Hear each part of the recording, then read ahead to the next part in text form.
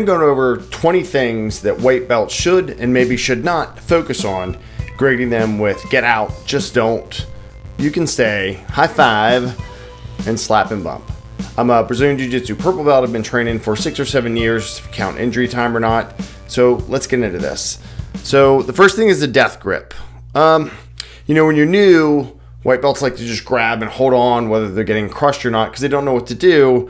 Grips are very good. I would say you could stay because, grips, you're working grip strength, and it's not such a bad thing, not like some of the other stuff we're going to talk about.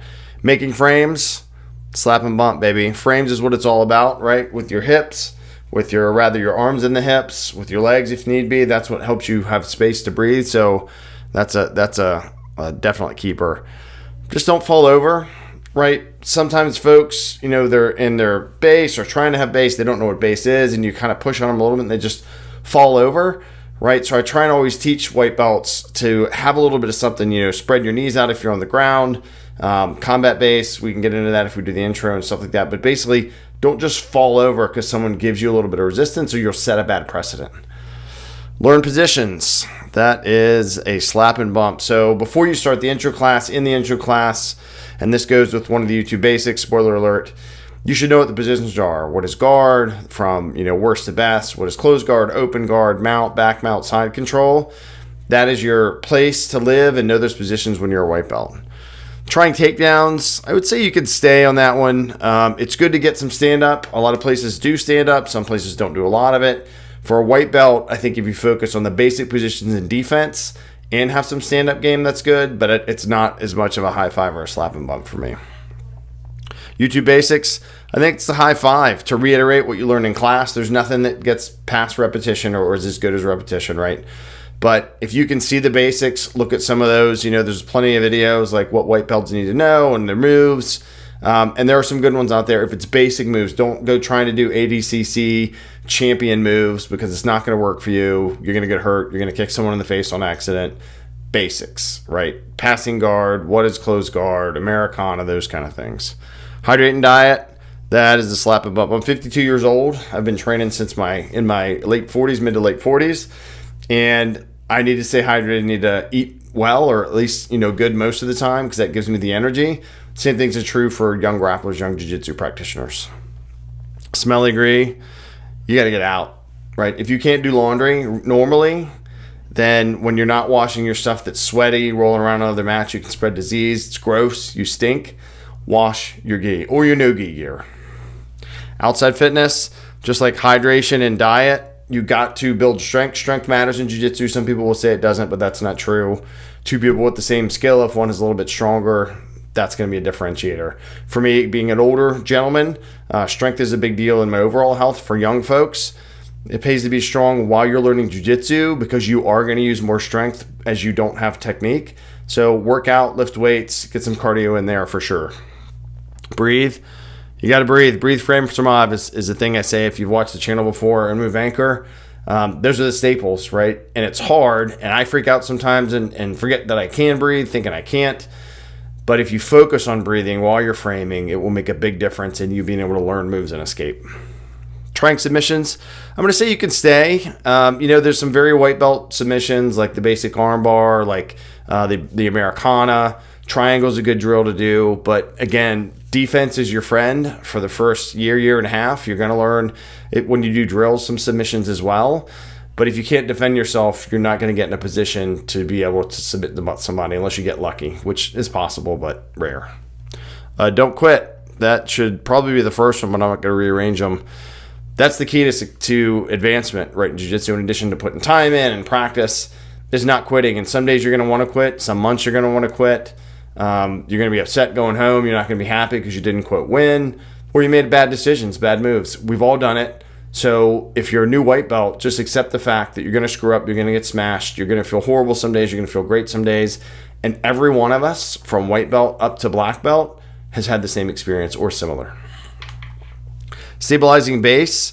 That's definitely a high five. I want to put it in slap them up. There's some basics. So that has to do kind of with that not falling over.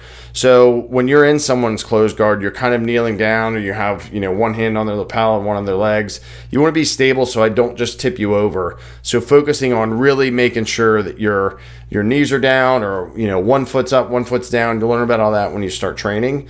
But you want to be stable, almost like an athletic stance, where if you put your legs kind of out a little bit wide and squat down, it's harder for people to push you over to the side. Same thing in jiu-jitsu, except you're down on your knees.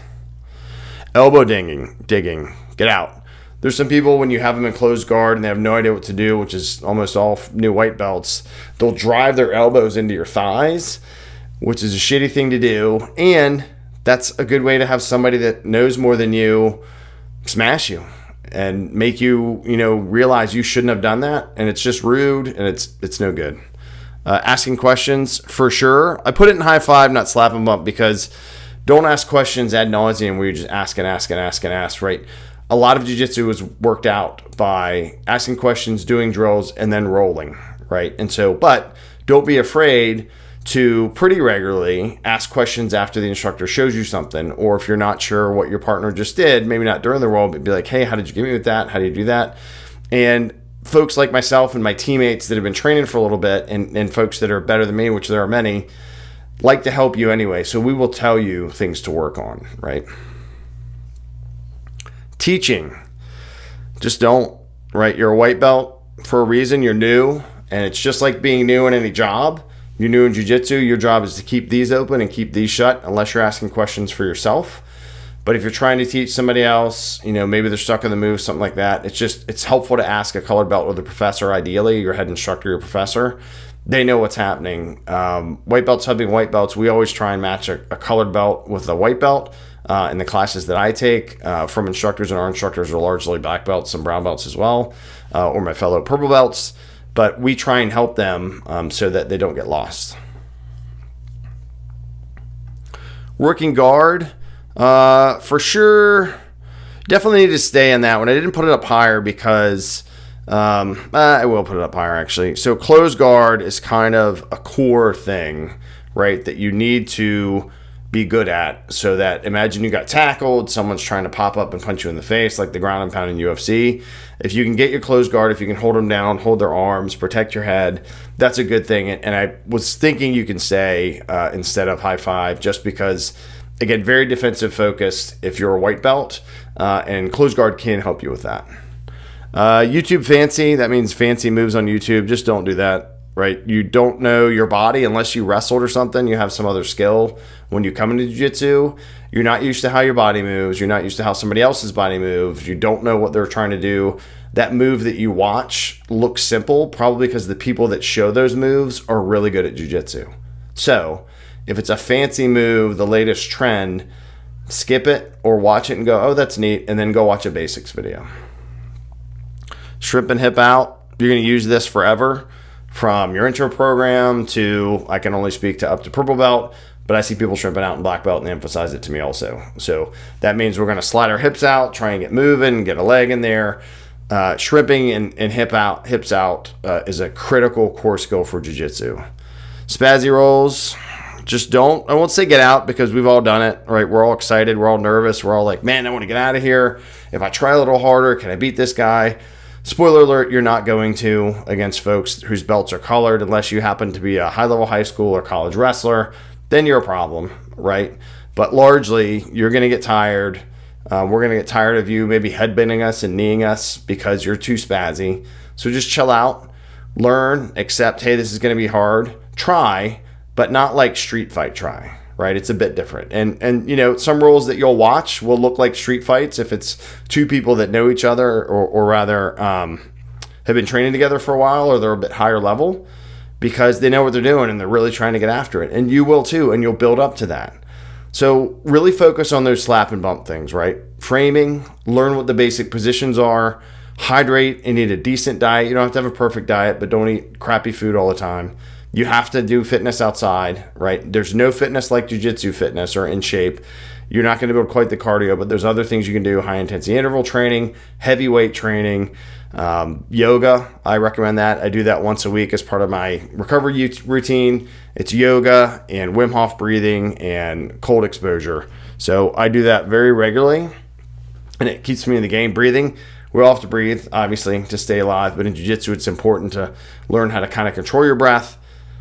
Shrimp and hip out, that's hugely important. And the biggest thing is this: not quitting, right? Most people that you start with, maybe even you, will quit jiu-jitsu. So try to be the small percent, the 10% that stick with it, right? More than a few months, more than a year. It will pay off if you put the work in. Breathe, frame, keep showing up, survive.